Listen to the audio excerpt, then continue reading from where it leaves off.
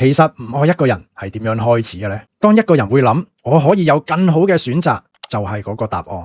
今日講到嘅係浪漫吸引力評價，即係你對自己喺戀愛市場上有冇信心。呢個長達6年嘅追蹤研究話咗俾我哋聽，1年內分手嘅情侶一般都係因為感覺唔啱啦。一齊耐啲嘅，講緊1年至6年以上先分手嘅話呢，就多啲內容啦，例如牽涉到生活上嘅議題。呢份報告最重要嘅係幫我哋揾到一個無論係喺短期同長期關係上都最顯著影響分手嘅關鍵變項，就係頭先話嘅吸引力評價。當 romantic appeal 高，人就會更加想分手。點樣會高啊？出街有人問你拎 IG 咯，你個 friend 又成日同你講分手啦，你咁靚，好快揾個就係咁簡單。講得好聽就係戀愛中嘅自信感。咁我都認為，或者我都見到好多情侶，如果唔知係咩原因搞到分手，好多時就係講緊一啲會令人覺得好膚淺但又非常介意嘅嘢。我一路都嫌你唔夠靚，嫌你肥，哇，原來你落咗妝差咁遠。當我識到個更加正嘅女仔，或者女仔就識到個內外兼備